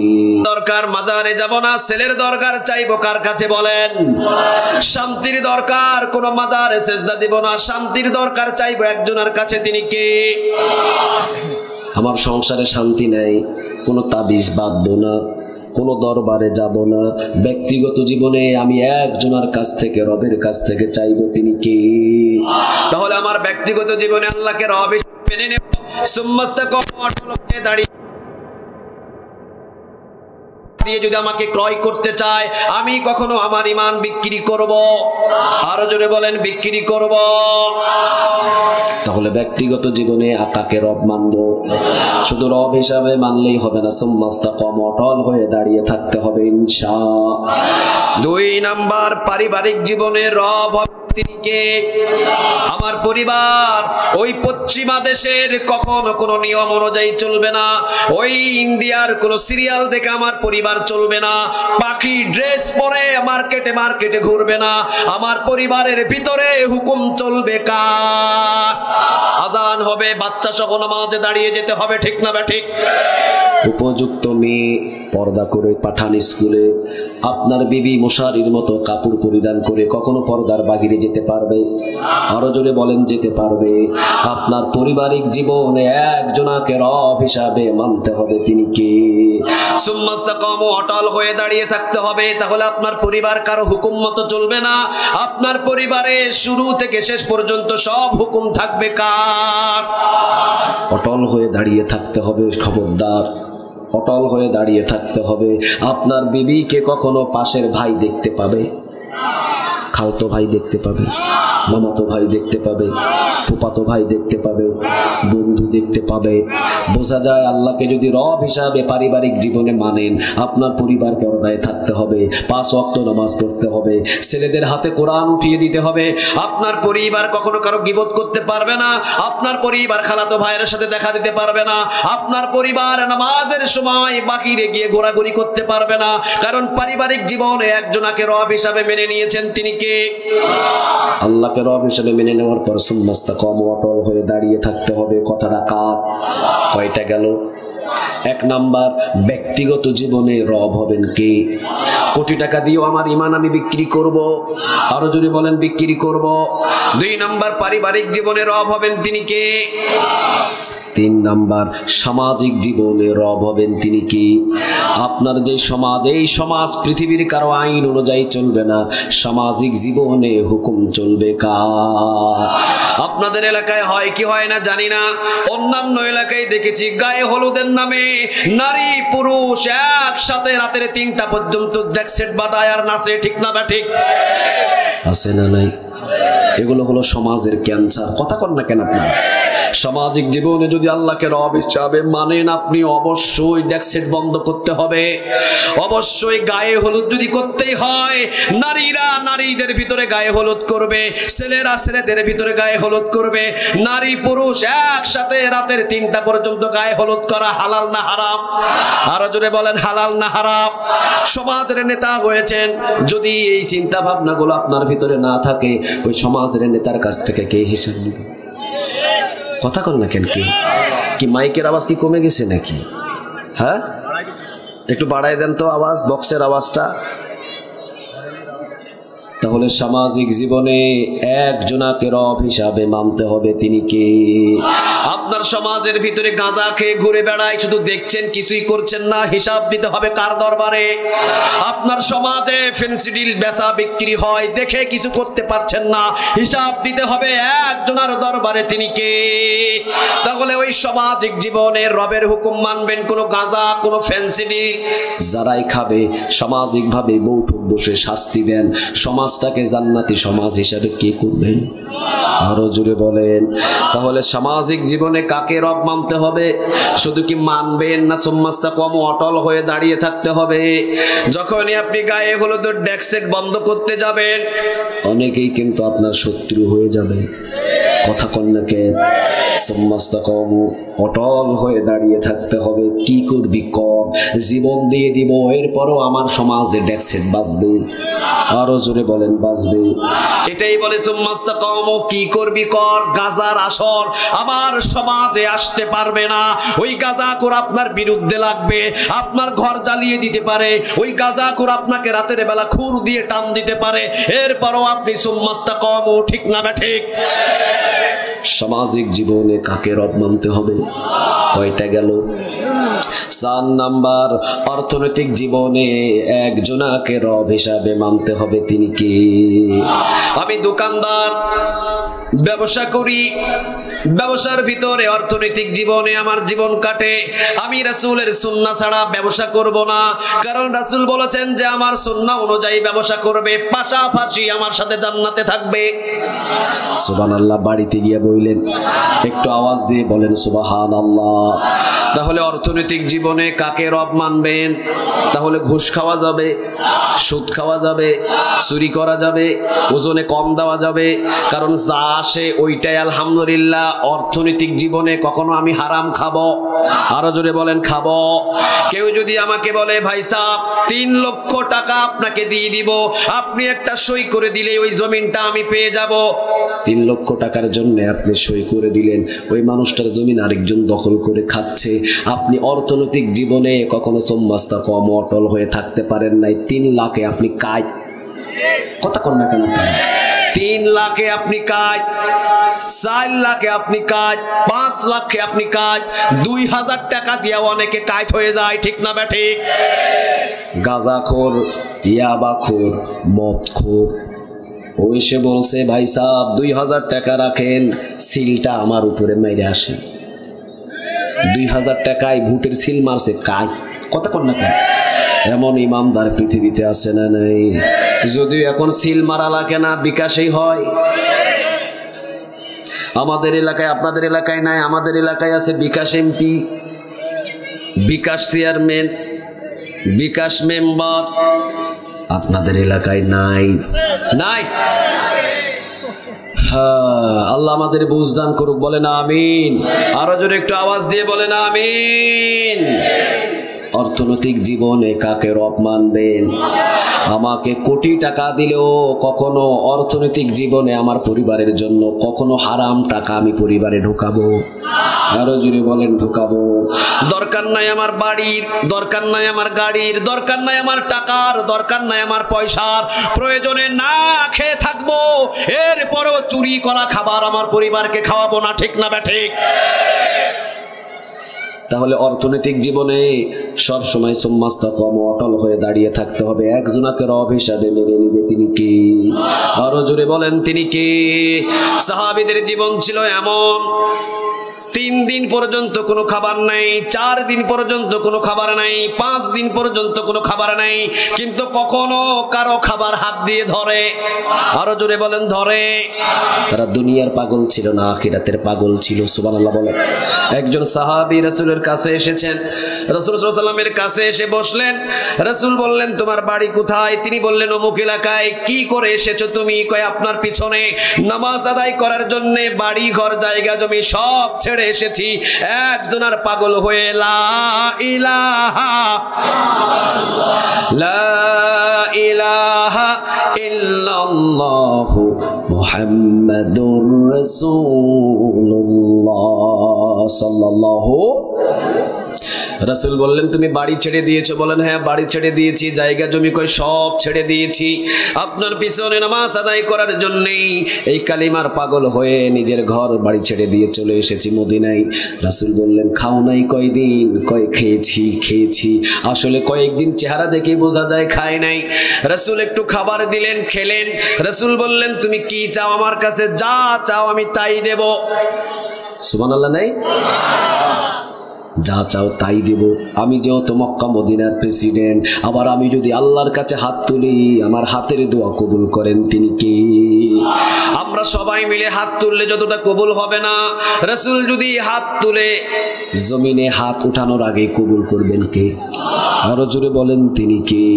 কারণ নবীদের হাত ছিল পবিত্র। ঠিক না ব্যাঠিক? মুসা আলাইহিস সালাম তিনি একদিন আল্লাহকে বললেন ইয়া রব আপনি আমার একটা উম্মতের জন্য শান্তি দেন। আল্লাহ রাব্বুল আলামিন বললেন যাও শান্তি দিয়ে দিলাম, যাও। মুসা আলাইহিস সালাম দৌড় দিয়ে এসে যে উম্মতের শান্তির জন্য দোয়া করেছেন উনি কায়ত হয়ে মরে পড়ে আছে। মুসা আলাইহিস সালাম বললেন আল্লাহ কি শান্তি দিলেন আপনি? আমি আপনার কাছে শান্তি চাইলাম আমার এই উম্মতের জন্য, আপনি নিজেও বললেন শান্তি দিলাম যাও, এখন এসে দেখি সে মরে পড়ে আছে, এটা কেমন শান্তি? আল্লাহ রাব্বুল আলামিন বললেন তুমি শান্তি চেয়েছো? মুসা আলাইহিস সালাম বললেন হ্যাঁ শান্তি চেয়েছি। আল্লাহ রাব্বুল আলামিন বললেন তুমি নবী, তোমার হাতের দোয়া অনেক বড়, 2 দিনের দুনিয়ার শান্তি দিয়ে আমি তোমার এই গোলামটাকে ঠকাতে চাই নাই, মৃত্যু দিয়ে চিরস্থায়ী জান্নাতের শান্তি দান করে দিয়েছি। আর একটু আওয়াজ দিয়ে পড়েন সুবহানাল্লাহ। দুনিয়ার শান্তির শুরু আছে পয়গম্বর, দুনিয়ার শান্তির শেষও আছে, ঠিক না ব্যাঠিক? কিন্তু মৃত্যু দিয়ে দিয়েছি, মৃত্যু দিয়ে এমন একটা শান্তির জায়গায় ঢুকিয়ে দিয়েছি যার শুরু আছে কোনো শেষ। আরো জোরে বলেন কোনো শেষ। ওই জায়গায় খাবারের দায়িত্ব কার? বিদ্যুৎ বিলের দায়িত্ব কার? গ্যাসের বিলের দায়িত্ব কার? রান্না করা দায়িত্ব কার? হরেক রকমের খাবারের খাওয়ানোর দায়িত্ব কার? অসুস্থ হলে ট্রিটমেন্ট দেওয়ার দায়িত্ব কার? আর কোনো চিন্তা আছে? কথা কন না কেন, চিন্তা আছে? নাই। আর আমরা দুনিয়াতে শান্তি যদি আল্লাহ দেয় আমাদের বাজার করে খাইতে হবে, ঠিক না বেঠিক? আল্লাহ বললেন পয়গম্বর মুসা এমন শান্তি দিয়েছি চিরস্থায়ী শান্তি, যাও কোনোদিন ওই শান্তি থেকে আর তাকে কখনো বাহির হতে হবে। এই জন্য নবীরা হাত তুলতে দেরি হয়, হাতের দোয়া কবুল করেন তিনি কে? আরো জোরে বলেন তিনি কে? এই জন্য রাসূল সাল্লাল্লাহু আলাইহি সাল্লাম বললেন তুমি বলো কি চাও, যা চাও তাই আমি আল্লাহ রাব্বুল আলামিনকে বলে দিব, তোমাকে দিয়ে দিবে, বলো কি চাও। সাহাবী বললেন ইয়া রাসূলুল্লাহ চাইতেই হবে। কয় হ্যাঁ তাহলে আগামীকাল চাইবো, একটু সময় দেন, চিন্তা ভাবনা করে চাই। আমাদেরকে যদি আমাদের প্রধানমন্ত্রী বলেন যে আপনি কি চান বলেন, সাথে সাথে বলবো পুরা যশোর আমারে দিয়ে দেন। কথা কন না কেন? মানে পুরা যশোরের সব মানুষকে বঙ্গোপসাগরে ভাসায়া দেন আর পুরা যশোর আমারে দিয়ে দেন, পুরা যশোর আমার নামে থাকুক, আমি একাই বসবাস করব, আর ভিতরে ওইটাই শান্তি। কথা কন না কেন আপনারা? আমাদের চাহিদা এরকম। কিন্তু সাহাবী তিনি বললেন ইয়া রাসূলুল্লাহ আপনার কাছে যদি আমাকে চাইতেই হয়, যত আপনার কাছে আমি চাইবো, ছোট জিনিস চাইবো না, বড় জিনিসই চাইবো, হিসাব করতে হবে, আমাকে একটা রাত সময় দেন। সুবহানাল্লাহ বলেন। চলে গেলেন সাহাবী। পরের দিন আবার আসলেন, রাসূল বললেন ইয়া রাসূলুল্লাহ, রাসূল বললেন সাহাবীকে বলো কি চাও। কয় না ইয়া রাসূলুল্লাহ পারি নাই, চিন্তা ভাবনা করেও পারি নাই, আরেকটা দিন সময় দেন। রাসূল বললেন যাও আরেকদিন সময় দিলাম। 2 দিন পর 3 দিনের বেলা রাসূল বললেন কই আজকে চাও? তিনি বললেন না ইয়া রাসূলুল্লাহ আজকেও চাইতে পারবো না, আমি এখনো সময় করে বুঝ করতে আমি পারছি না। 3 দিন পরে রাসূল বললেন আজকে চাও। এইবার সাহাবী বললেন ইয়া রাসূলুল্লাহ চাইতেই হবে। কয় হ্যাঁ চাইতেই হবে। সাহাবী বললেন ইয়া রাসূলুল্লাহ যদি চাইতেই হয় আমার দুনিয়ার বাড়ি গাড়ি টাকা পয়সার দরকার নাই, আপনি একটু দোয়া করে দিয়েন আমি যেন আপনার সাথে জান্নাতে থাকতে পারি। আর একটু আওয়াজ দিয়ে পড়েন সুবহানাল্লাহ, আর একটু আওয়াজ দিয়ে পড়েন সুবহানাল্লাহ। তাহলে আমরা অর্থের লোভ আছে আমাদের ভিতরে, কিন্তু সাহাবীদের ভিতরে কোনো অর্থের লোভ, দুনিয়ার কোনো লোভ, আখিরাতের লোভ তাদের ভিতরে বেশি, ঠিক না ব্যাঠি? এই জন্য আমরা অর্থনৈতিক জীবনে একজনাকে রব হিসাবে মেনে নেব, তিনি কি? কয়টা গেল? সবাই বলেন কয়টা? 4টা গেল। এবারে আসেন 5 নাম্বার, আন্তর্জাতিক জীবনে রব হবেন তিনি কে? আপনি মালয়েশিয়াতে যাবেন কার হুকুম মানবেন? আপনি আমেরিকায় যাবেন কার হুকুম মানবেন? আপনি পৃথিবীর যে কোনো জায়গায় যান আপনি হুকুম মানবেন কার? আরো জোরে বলেন কার? জীবন দিব, সেজদা বন্ধ করব। আরো জোরে বলেন বন্ধ করব। এই জন্য আন্তর্জাতিক জীবনে 5 নম্বরে আল্লাহকে রব হিসাবে মানবেন, সুম্মাস্তাকাম অটল হয়ে দাঁড়িয়ে থাকবেন। 5টা বড় সহজ, 6 নম্বরটা বড় কঠিন। এই 6 নম্বরে এসেই কিন্তু বহু মানুষ কাজ হয়ে যায়। 6 নম্বরে এসেই কিন্তু বহু মানুষ সুযোগ খোঁজা শুরু করে। এই 6 নম্বরে এসেই কিন্তু বহু মানুষ অটল হয়ে দাঁড়িয়ে থাকতে পারে না। শুনবেন 6 নম্বর শুনবেন, আল্লাহ শোনার আগেই যেন আমাদের অটল হয়ে থাকার তৌফিক দান করে, আমরা বলি আমিন। আরো জোরে একটু আওয়াজ দিয়ে বলেন আমিন। 6 নম্বর হলো রাষ্ট্রীয় জীবনে একজনাকে রব হিসাবে মেনে নিয়ে একজনা রাষ্ট্রীয় জীবনে একজনার কিতাবের আইন চালু করতে হবে। তিনি কে? 5 জায়গায় আল্লাহকে রব হিসাবে মানবেন, কোনো অসুবিধা নাই। 6 নম্বরে রাষ্ট্রীয় ভাবে আল্লাহকে রব হিসাবে মেনে নিয়ে আল্লাহর কিতাবের আইন যখন আপনি পার্লামেন্টে চালু করতে যাবেন তখনই আপনি গ্রেফতার হতে পারেন, ঠিক না ঠিক?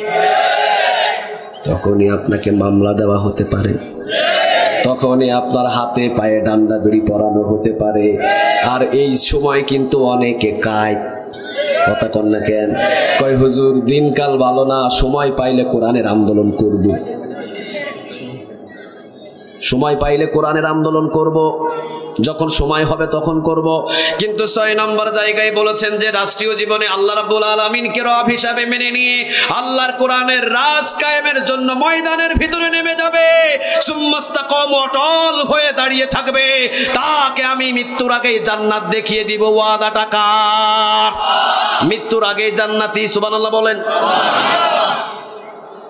এই যে আমার হামজা ভাই কয়েকদিন আগে একটা কথা বলেছিলেন, মীর কাসেমকে যখনই তিনি ফাঁসির রশিতে ঝোলানোর জন্য একটা চেষ্টা করা হলো, তাকে নোটিশ দেওয়া হলো যে আগামীকাল আপনাকে অমুক সময়ে দিয়ে দেওয়া হবে ফাঁসি। 3 ঘন্টা আগে ওনাকে যে পাহারাদার রেখেছিলেন 3 ঘন্টা আগে উনি বলছেন হুজুর রেডি হয়ে যান। মীর কাসেম ভাই উনি বলছেন ভাইজান এখনো 3 ঘন্টা দেরি আছে। হ্যাঁ, ও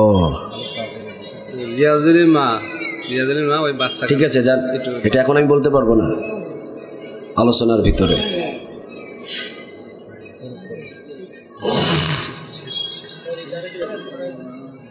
3 ঘন্টা আগে ওনাকে বলছেন মীর কাসেম ভাই আপনি রেডি হন। উনি বলছেন আমি রেডি হব মানে এখনো 3 ঘন্টা 1 মিনিট আছে, আমি একটু ঘুমাই। সুবহানাল্লাহ বলবেন না? 3 ঘন্টা পরে যার ফাঁসি ওর ঘুম হবে? আপনাদের হবে? আরো জোরে বলেন হবে? উনি বলছেন আমি একটু ঘুমাই। উনি বলছেন 3 ঘন্টা পর আপনার ফাঁসি, আপনি এখন ঘুমাবেন? আমি 2 ঘন্টা ঘুমাবো।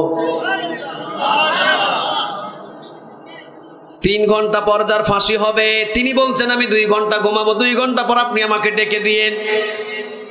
পাহারাদার বলছেন ঠিকই মীর কাসেম ভাই 3 ঘন্টা ঘুমালেন, 2 ঘন্টা ঘুমালেন, নাক ডাকায় ঘুমালেন। 2 ঘন্টা পর ওনাকে আমি জাগালাম। উনি জাগানোর পর নিজের গোসল নিজে করলেন, নিজের তাসবিহগুলো নিজেই পড়ছেন, একা একা রেডি হচ্ছেন। আমি বললাম ভাই যার 3 ঘন্টা পরে ফাঁসি হবে উনি ঘুমায় কিভাবে? তিনি বললেন ইন্নাল্লাযীনা ক্বালু রাব্বুনাল্লাহ, নিশ্চয়ই যারা আমি আল্লাহ রাব্বুল আলামিনকে রব হিসাবে মেনে নেই, সুম্মাস্তাকামু, অটল হয়ে দাঁড়িয়ে থাকে, তাতানাজ্জালু আলাইহিমুল মালায়েকা, মৃত্যুর পূর্বেই তার মাথার কাছে জান্নাতের ফেরেশতা পাঠিয়ে দিবেন। তিনি কে? আমি তো কোরআনের পথে অটল আছি, অতএব আমার কোনো ভয়। আরো জোরে বলেন কোনো ভয়। আমি হাসতে হাসতে জান্নাতে যাব। সুবহানাল্লাহ নাই? তাহলে 6 নম্বর সহজ না কঠিন? আরো জোরে বলেন সহজ না কঠিন? 6 নম্বরে রাষ্ট্রীয়ভাবে যখন আপনি আল্লাহকে রব হিসাবে মেনে নিয়ে রাষ্ট্রীয়ভাবে যখন কোরআনের রাজ কায়েমের জন্য ময়দানে নামবেন তখনই হবেন আপনি জঙ্গি, তখনই হবেন আপনি রাজাকার। বলবে যে সর্বনাশ, এই যদি একবার কোরআন দিয়ে দেশ চালানো শুরু করে তাহলে চোরগুলো হাত নিয়ে ঘুরতে পারবে, জেনাকুর বুক ফুলাইয়া ঘুরতে পারবে। ও বলছে সর্বনাশে যখন কোরআনের রাজ কায়েমের জন্য আল্লাহকে রব হিসাবে মেনে নিয়ে সমাজের ভিতরে কোরআনের আইন চালু করতে চায়, বন্দি কর, জেল দে, ফাঁসি দে, তখনই সুম্মাস্তাকাম, অটল হয়ে দাঁড়িয়ে থাকতে হবে। কত টাকা? আচ্ছা বলেন তো দেখি রাসূলের চাইতে ভালো মানুষ পৃথিবীতে একটাও ছিল? আরো জোরে বলেন ছিল। কেমন মানুষ ছিলেন রাসূল? যিনি বেশি কষ্ট দিতেন রাসূল তাকে বেশি ভালোবাসতেন। আছে এলাকায়? কথা কন না কেন? আছে। বৃদ্ধা মহিলা রাতের বেলা চলে যাচ্ছেন তিনি মক্কা ছেড়ে দিয়ে। রাসূল সাল্লাল্লাহু আলাইহি ওয়াসাল্লাম বৃদ্ধা মহিলাকে দেখে বললেন মা কোথায় যাচ্ছেন আপনি? বৃদ্ধা মহিলা বলছে বাবা এই মক্কার ভিতরে একটা নতুন জাদুকরের জন্ম হয়েছে, নাউজুবিল্লাহ বলবেন না? ও যাকেই দেখে তাকেই বাপদাদার ধর্ম ভুলিয়ে দিয়ে ও নিজের ধর্মের দিকে টেনে নিয়ে আসে। ওই জাদুকর থেকে বাঁচার জন্য আমি মক্কার ভূমি ছেড়ে দিচ্ছি। রাসূল বললেন, মা আপনার সব বোঝা আমার কাঁধে দেন। সুবহানাল্লাহ বলেন। আমরা হলে নিতাম। আরো জোরে বলেন। মা আপনার সব বোঝা আমার কাঁধের উপরে উঠায়া দেন। বৃদ্ধা মহিলা বলছে, বাবা আমার কাছে কোনো টাকা নাই। রাসূল বলছেন, মা বিনিময়ে আমি কখনো কোনো টাকা নিই না।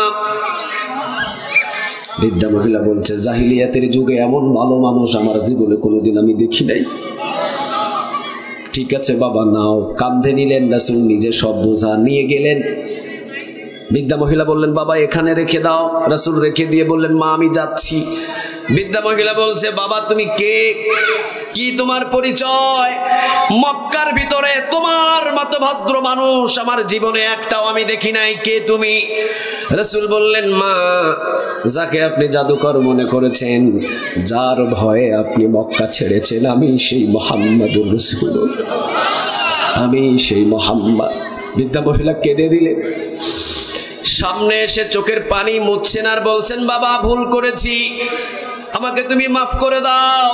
আর যা বোঝা তুমি মক্কা থেকে নিয়ে এসেছো এই বোঝাগুলো আবার মক্কায় নিয়ে যাও। পড়ে নিলাম লা ইলাহা ইল্লাল্লাহু মুহাম্মাদুর রাসূলুল্লাহ সাল্লাল্লাহু। কূপ থেকে একজন মানুষ পানি উঠাচ্ছেন। রাসূল গিয়ে বলছেন, আমি তুলে দিই। রাসূল তুলে দিলেন পানি।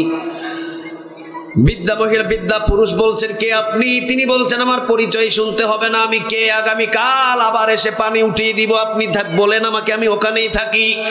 পরের দিন এসে আবার রাসূল কূপ থেকে পানি উঠিয়ে দিয়ে চলে গেলেন। পরের দিন আবার কূপ থেকে পানি উঠিয়ে দিয়ে চলে গেলেন। এই বৃদ্ধা নিজেই বলছে, বাবা তুমি কে? তিনি বলছেন, বাপজান আমার পরিচয়ের কোনো দরকার নাই, আপনার যখন যেই কাজের দরকার আমাকে বলবেন, আমি এসে করে দিয়ে যাব, আমি এসে করে দিয়ে যাব। প্রতিদিন কূপ থেকে পানি উঠিয়ে উঠিয়ে দিয়ে যায়। বৃদ্ধা বাহিরে খবর নিয়ে দেখলেন এটা সাধারণ কোনো মানুষ নয়, ইনি হলেন পয়গম্বর। এবার যখন এসেছেন পানি উঠাতে, পানির রশিটা ধরে নিয়ে জড়িয়ে ধরে বলছে, আমাকে তুমি কালেমা পড়িয়ে দাও, লা ইলাহা ইল্লাল্লাহু মুহাম্মাদুর রাসূলুল্লাহ সাল্লাল্লাহু। তাহলে রাসূলের মতো ভালো মানুষ পৃথিবীতে একটাও, আরো আওয়াজ দিয়ে বলেন একটাও। কিন্তু মক্কা মদিনায় আল্লাহকে রব হিসাবে মেনে নিয়ে কোরআনের আইন চালু করতে গিয়ে কিন্তু ঘর ছাড়তে হয়েছে। 3 বছর জেলখানায় যেতে হয়েছে। আমির হামজাকে কলিজা দিতে হয়েছে। বেলালের নাক ছিদ্র করা হয়েছে। সুমাইয়াকে কিন্তু লজ্জাস্থানে কূপ খেয়ে মরতে হয়েছে। ঠিক না বেঠি? আমরাও যদি রাষ্ট্রীয়ভাবে আল্লাহকে রব হিসাবে মেনে নিয়ে কোরআনের রাজ কায়েম করতে যায়, আমাদেরকেও মরা লাগবে কি লাগবে, দেশ ছাড়া লাগবে কি লাগবে না। কিন্তু আমরা মৃত্যুর আগ মুহূর্ত পর্যন্ত সোম্মাস্তাকম অটল হয়ে দাঁড়িয়ে থাকবো ইনশাআল্লাহ। আরো জোরে আওয়াজ দিয়ে বলেন ইনশাআল্লাহ। তাহলে রাষ্ট্রীয়ভাবে 6 নম্বরে আল্লাহকে রব হিসাবে মেনে নিয়ে রাষ্ট্রীয়ভাবে কোরআনের রাজ কায়েম করার জন্য আমরা সবাই রওনা দিলাম। লিল্লাহে তাকবীর, লিল্লাহে তাকবীর, নারে তাকবীর। রাষ্ট্রীয়ভাবে আল্লাহকে রব হিসাবে মেনে নিয়ে কোরআনের রাজ কায়েম করার জন্য সবাই যশোর থেকে রওনা দিলাম ইনশাআল্লাহ। আরো জোরে বলেন ইনশাআল্লাহ। এখন যখনই এই কোরআনটা বুকের ভিতরে নিয়ে রাষ্ট্রীয়ভাবে কোরআনের আইন বাস্তবায়ন করার জন্য রওনা দিবেন, তখন কিন্তু 36 রাইফেল আপনার বুকের বাম পাশে 10 জন এসে হয়তো ধরবে। আপনাকে বলবে, তোর বুকে কি? আমি বললাম, বুকে আমার কোরআন। কোরআন দিয়ে কি করবি? আমি বললাম, আমি রাষ্ট্রীয়ভাবে আল্লাহকে রব হিসাবে মানি, রাষ্ট্রীয়ভাবে আমি কোরআনের রাজ কায়েম করতে চাই। ঠিক না বে ঠিক? তখনই কিন্তু আপনাকে ওই 36 রাইফেলের গুলি দিয়ে ভয় দেখাবে। এখনো সময় আছে, কোরআনটা ছেড়ে দে। এছাড়া 36 রাইফেলের গুলি দিয়ে বুকটা ঝাঁঝরা করে দেব। 36 রাইফেলের গুলির ভয়ে যদি কোরআনটা ভয়ে ছেড়ে দেন, জান্নাতে যাওয়া যাবে। আসতে বলেন, জান্নাতে যাওয়া যাবে। কিন্তু বাংলাদেশে বহু ওই সুবিধাবাদ জিন্দাবাদ আছে, কোরআন ধরে কোরআনের আন্দোলন করে মসজিদের দিকে, মাদ্রাসার দিকে, জমিনের দিকে চলতে চায়, কিন্তু যখন মামলা দেওয়া শুরু করে তখন ঘর থেকে বাহির হয় না, কয় আমি কিছু জানি না। আসতে বলেন, কারণ ওই মামলার ভয়ে ও কোরআন ছেড়ে দিয়েছে। এখন বুঝতে থাকলে বলেন, 10 জন 36 রাইফেল দিয়ে যদি বুকের এই পাশে ধরে এই পাশে কোরআন, আপনাকে যদি জিজ্ঞাসা করে কোরআন ছেড়ে দে, এছাড়া 36 রাইফেলের গুলি দিয়ে তোর বুকটা ঝাঁঝরা করে দেব, 36 রাইফেলের গুলির ভয়ে যদি কোরআনটা ছেড়ে দেন, জান্নাতে যাওয়া যাবে? আসতে বলেন, জান্নাতে যাওয়া যাবে? তাহলে বোঝা গেল 36 রাইফেলের গুলি বুকের ভিতরে খেয়ে হাসতে হাসতে কোরআন বুকের ভিতরে ধরে জান্নাতে যেতে হবে। আসতে বলেন ঠিক? এই জন্য বাংলার জমিনের ভিতরে কিন্তু দেখেছি 50 বছর কোরআনের দাওয়াতের কাজ, 1000-এরও বেশি অমুসলিম কালেমা পড়ে মুসলমান হয়েছে হাতের ভিতরে। ওই মানুষটা 1 বছর 2 বছর 3 বছর টানা 13 বছর জেলখানায় থাকার পরেও সুম্মাস্তাকামু, অটল হয়ে দাঁড়িয়েছিলেন। ঠিক না বে ঠিক? দিন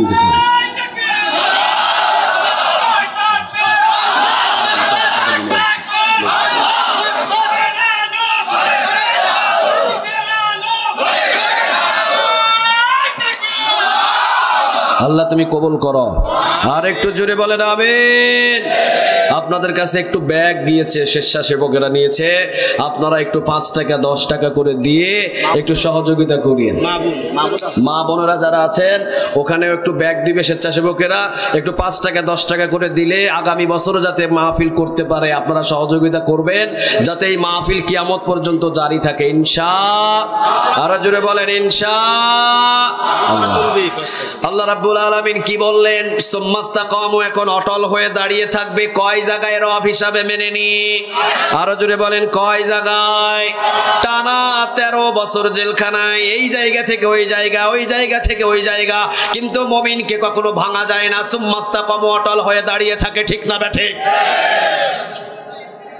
যখনই আপনি সুম্মাস্তাকামু, অটল হয়ে দাঁড়িয়ে থাকবেন, যখন জালিমগুলো ফাঁসির রশির রায় দিয়ে দিবে, ফাঁসির রশি আপনার গলায় যখন লাটিয়ে দিবে, ফাঁসির রশি যখন আপনার গলায় লাগিয়ে যখন টান দেবে, টান দেওয়ার সাথে সাথে আল্লাহ রাব্বুল আলামিন জান্নাতি ফেরেশতাদেরকে বলবেন, তাতানাজ্জালু আলাইহিমুল মালায়েকা, যা জান্নাতের ফেরেশতারা যা, আমার বান্দা সুম্মাস্তাকামু, অটল ছিল 6 জায়গায়, একজনকে রব হিসাবে মেনে নিয়ে তিনি কে? তাড়াতাড়ি যা। তাতানাজ্জালু আলাইহিমুল মালায়েকা, জান্নাতি ফেরেশতারা যা, জান্নাতি ফেরেশতারা আসবে, আসার পরে 3টা সুসংবাদ এবার বলবে, আল্লাহ তাখাফু, আল্লাহ বলেছেন তোমার কোনো ভয় নাই। কোন ভয় নাই? মৃত্যুর পরে অন্ধকার কবরের ভয় আমাদের আছে না নাই? কবরের চাপের ভয় আছে না নাই? কিন্তু ফেরেশতারা বলছেন, আল্লাহ তাখাফু, তোমার সব ভয়গুলোকে দূর করে দিবেন তিনি কে? কারণ তুমি দুনিয়াতে থাকতে এক রবের কিতাব মেনেছো। কিতাবটা কার? ওয়ালা তাহজানু, তোমার কোনো চিন্তা নেই। ওয়া আবশিরু বিল জান্নাহ, জান্নাতের একটা ভিডিও আল্লাহ রাব্বুল আলামিন ফেরেশতাদেরকে দিয়ে দিবেন। জান্নাতের ভিডিওটা এবার এই ফাঁসি যাকে দেওয়া হচ্ছে ওর সামনে জান্নাতের ভিডিওটা ধরে এবার জান্নাতের ফেরেশতারা বলবেন, দেখো তোমার মৃত্যুর পরেই এই জায়গার ভিতরে তোমাকে ঢুকিয়ে দিবেন তিনি কে? সাথে সাথে তার মুখের ভিতরে একটা মুস্কি হাসি ফুটবে, মুস্কি হাসি অবস্থায় তাকে দুনিয়া থেকে নিয়ে যাবেন তিনি কে? এই জন্য আমরা বহু দেখেছি, বহু শহীদ মৃত্যুর পরে হাসি দিয়ে থাকে, বহু ফাঁসিওয়ালা মৃত্যুর পরে হাসি দিয়ে থাকে। ঠিক না ঠিক? ওইটা হলো এই জান্নাত দেখার হাসি। সুবহানাল্লাহ বলেন। হযরতে খুবাইব রাদিয়াল্লাহু তাআলা আনহুর ইতিহাস 2 মিনিটে শুনলে বুঝতে পারবেন। খুবাইব রাদিয়াল্লাহু তাআলা আনহুকে বলা হলো, খুবাইব কোরআন ছেড়ে দে। খুবাইব বললেন, না, জীবন দিব, এরপরে কোরআনের পথ কখনো ছাড়ব। শুলিতে ঝুলিয়ে দিলেন, ডান হাতে কূপ দিলেন, বাম হাতে কূপ দিলেন, ডান পায়ে কূপ দিলেন, বাম পায়ে কূপ দিলেন, নাজা একটা তরবারি বুক দিয়ে ঢুকিয়ে দিলেন, পিঠ দিয়ে বাহির হলো। খুবাইব রাদিয়াল্লাহু তাআলা আনহুর মুখের ভিতরে শুধু হাসি আর হাসি। সুবহানাল্লাহ বলবেন না? হাত কাটলে ব্যথা আছে না নাই? কিন্তু খুবাইবের মুখে কি বুকের ভিতরে নেজা তরবারি দিলে ব্যথা আছে না নাই? কিন্তু খুবাইবের মুখের ভিতরে কি হাসি দিয়ে খুবাইব রাদিয়াল্লাহু তাআলা আনহু হাসে। ইহুদিরা চিন্তা করে কি ব্যাপার, খুবাইব হাসে কেন? মদিনা থেকে রাসূল মসজিদে নববীতে ছিলেন, মসজিদে নববী থেকে দাঁড়িয়ে গেলেন, সালামুন আলাইকা ইয়া খুবাইব। রাসূল সালামুন আলাইকা ইয়া খুবাইব দিয়ে রাসূল খুবাইবের সালাম গ্রহণ করলেন। সুবহানাল্লাহ বলেন। রাসূল সালামুন আলাইকা ইয়া খুবাইব, সালামুন আলাইকা ইয়া খুবাইব, সালামুন আলাইকা ইয়া খুবাইব। সাহাবীরা বললেন, ইয়া রাসূলুল্লাহ, আমাদের ভাই খুবাইবের কি হয়েছে? রাসূল বললেন, খুবাইব দুনিয়া থেকে বিদায় হয়ে গেছে, আর কোনোদিন তোমরা খুবাইবকে দেখতে পাবে না। খুবাইবের ডান হাত কাটা হয়েছে, বাম হাত কাটা হয়েছে, ডান পা কাটা হয়েছে, বাম পা কাটা হয়েছে। খুবাইবকে জিজ্ঞাসা করা হয়েছে, খুবাইব, পা ছাড়া মানুষ বাঁচে, হাত ছাড়া মানুষ বাঁচে, এখনো বল আমাদের দলে আসবি কিনা? খুবাইব তখন চিৎকার করে বলেছিল, লা ইলাহা লা ইলাহা ইল্লাল্লাহু মুহাম্মাদুর রাসূলুল্লাহ। এখন খুবাইবের বুক দিয়ে ঢুকিয়ে দিয়ে পিছন দিয়ে বাহির করে দিয়েছে। ইন দ্য মিন টাইম জান্নাতের ফেরেশতা খুবাইবের জান্নাত আসমান এবং জমিন বরাবর বিশাল একটা ডিসপ্লে এনে খুবাইবের সামনে তুলে ধরে খুবাইবকে বলছে, খুবাইব, এই যে দেখো তোমার জান্নাত, এই যে দেখো তোমার জান্নাতের হুর, এই যে দেখো তোমার জান্নাতের গেলমান। তরবারি বুক দিয়ে ঢুকানো হয়েছে। আমার খুবাইবের খেয়াল নাই, জান্নাতের নিয়ামত দেখতে দেখতে হাসতে হাসতে খুবাইবের রূপটা বাহির হয়েছে। তাহলে বোঝা যায় আমরা যারা মুমিন, আমরা কোরআনটা বুকের ভিতরে নিয়ে ছয় জায়গায় আল্লাহকে রব হিসাবে মেনে নিয়ে যদি সুম্মাস্তাকাম মৃত্যু পর্যন্ত অটল হয়ে দাঁড়িয়ে থাকতে পারি, জান্নাত দেখার পর আমাদের মৃত্যু দিবেন তিনি কে? তাহলে কোরআন ছাড়া আমরা পৃথিবীতে অন্য কোন কিতাব মানি? আরো জোরে বলেন, মানি। লিল্লাহে তাকবীর, লিল্লাহে তাকবীর। আল্লাহ তুমি কবুল করো। আর একটু জোরে বলেন আমিন। আলোচনা যতটুকু করলাম, আল্লাহ রাব্বুল আলামিন এই একটা আয়াত থেকে যেন আমাদের সবাইকে আজ থেকে কোরআনের পথে অটল থাকার তৌফিক দান করেন। বলেন আমিন। আর একটু আওয়াজ দিয়ে বলেন আমিন। কোরআন মানবেন তো ইনশাআল্লাহ? জীবন যতদিন আছে কোরআনের পথে থাকবো। ঝড় আসুক, তুফান আসুক, যাই হোক, কোরআন আমাদের বুক থেকে কেউ নিতে পারবে? হ্যাঁ ভাই রবিউল ভাই, আপনি তো আমার আপন মানুষ, আপনি তো আর মারতে পারেন না আমার। না না, আপনি তো জানেন, আপনি তো নিজে ওষুধ খাওয়াইছেন আমার।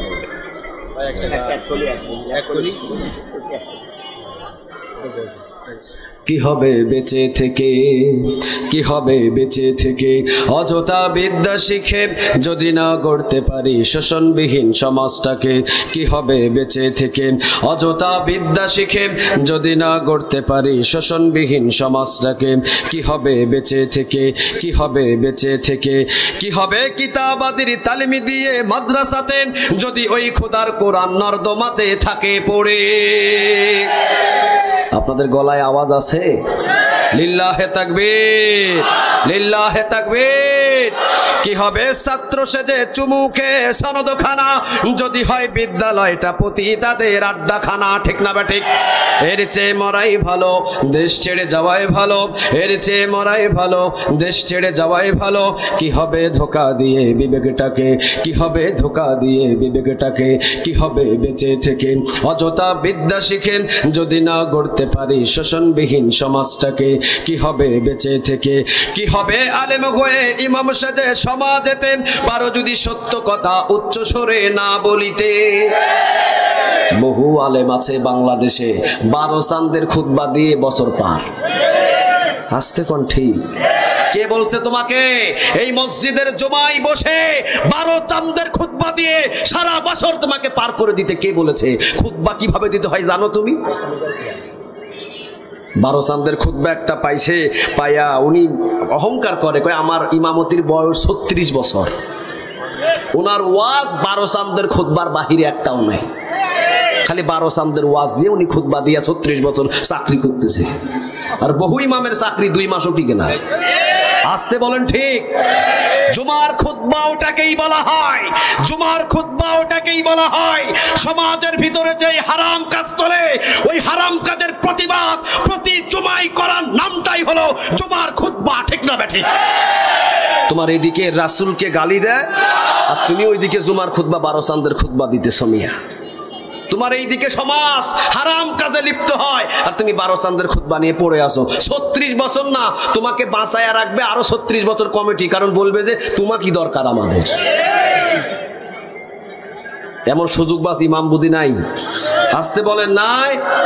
আল্লাহ এগুলো থেকে আমাদের হেফাজত করুক, আমরা বলি আমিন। আরো জোরে বলেন আমিন। কি হবে আলেম হয়ে ইমাম সেজে সমাজেতে, পারো যদি সত্য কথা উচ্চ স্বরে না বলিতে, চাকরি ভয় করো যদি ছেড়ে দাও ওই না গদি, চাকরি ভয় করো যদি ছেড়ে দাও ওই না গদি। কি হবে ধোকা দিয়ে আল্লাহকে, কি হবে ধোকা দিয়ে আল্লাহকে, কি হবে বেঁচে থেকে অযথা বিদ্যা শিখে যদি না গড়তে পারি শোষণবিহীন সমাজটাকে। কি হবে লেখালেখির কলমবাজির এই মহড়া, সমাজের আসল চিত্র যদি না যাই তুলে ধরা। কি হবে লেখালেখির কলমবাজির এই মহড়া, সমাজের আসল চিত্র যদি না যাই তুলে ধরা। যদি ওই ঘুষের বলেন কলমটা উল্টো চলেন, যদি ওই ঘুষের বলেন কলমটা উল্টো চলেন, তবে কি যাবে রুখা দুর্নীতিকে, তবে কি যাবে রুখা দুর্নীতিকে। কি হবে শেষ নবীজির উম্মতে বলে দাবি করে, যদি ওই নবীর চেয়ার কাদিয়ানীরা দখল করে। নবীজির জন্য যদি রক্তের বহে নদী, নবীজির জন্য যদি রক্তের বহে নদী, তবুও হটবো না এ দাবি থেকে, তবুও হটবো না এ দাবি থেকে। কি হবে কিতাবাদের তালিমি দিয়ে মাদ্রাসাতে, যদি ওই খোদার কোরআন নিষিদ্ধ হয় আদালতে। কাফনের কাফন মাথায় ময়দানে আই ছুটে আয়, কাফনের কাফন মাথায় ময়দানে আই ছুটে আয়, বিলিয়ে দে না তোদের জীবনটাকে। কি হবে বেঁচে থেকে অযথা বিদ্যা শিখে যদি না গড়তে পারি শোষণবিহীন সমাজটাকে। কি হবে বেঁচে থেকে, কি হবে বেঁচে থেকে, কি হবে বেঁচে থেকে। লিল্লাহে তাকবীর, লিল্লাহে তাকবীর। বিপ্লব মানে জীবন দেয়া বসে থাকা নয়, সে কোনো দিন আসবে না রে করো যদি ভয়। বিপ্লব মানে জীবন দেয়া বসে থাকা নয়, সে কোনো দিন আসবে না রে করো যদি ভয়।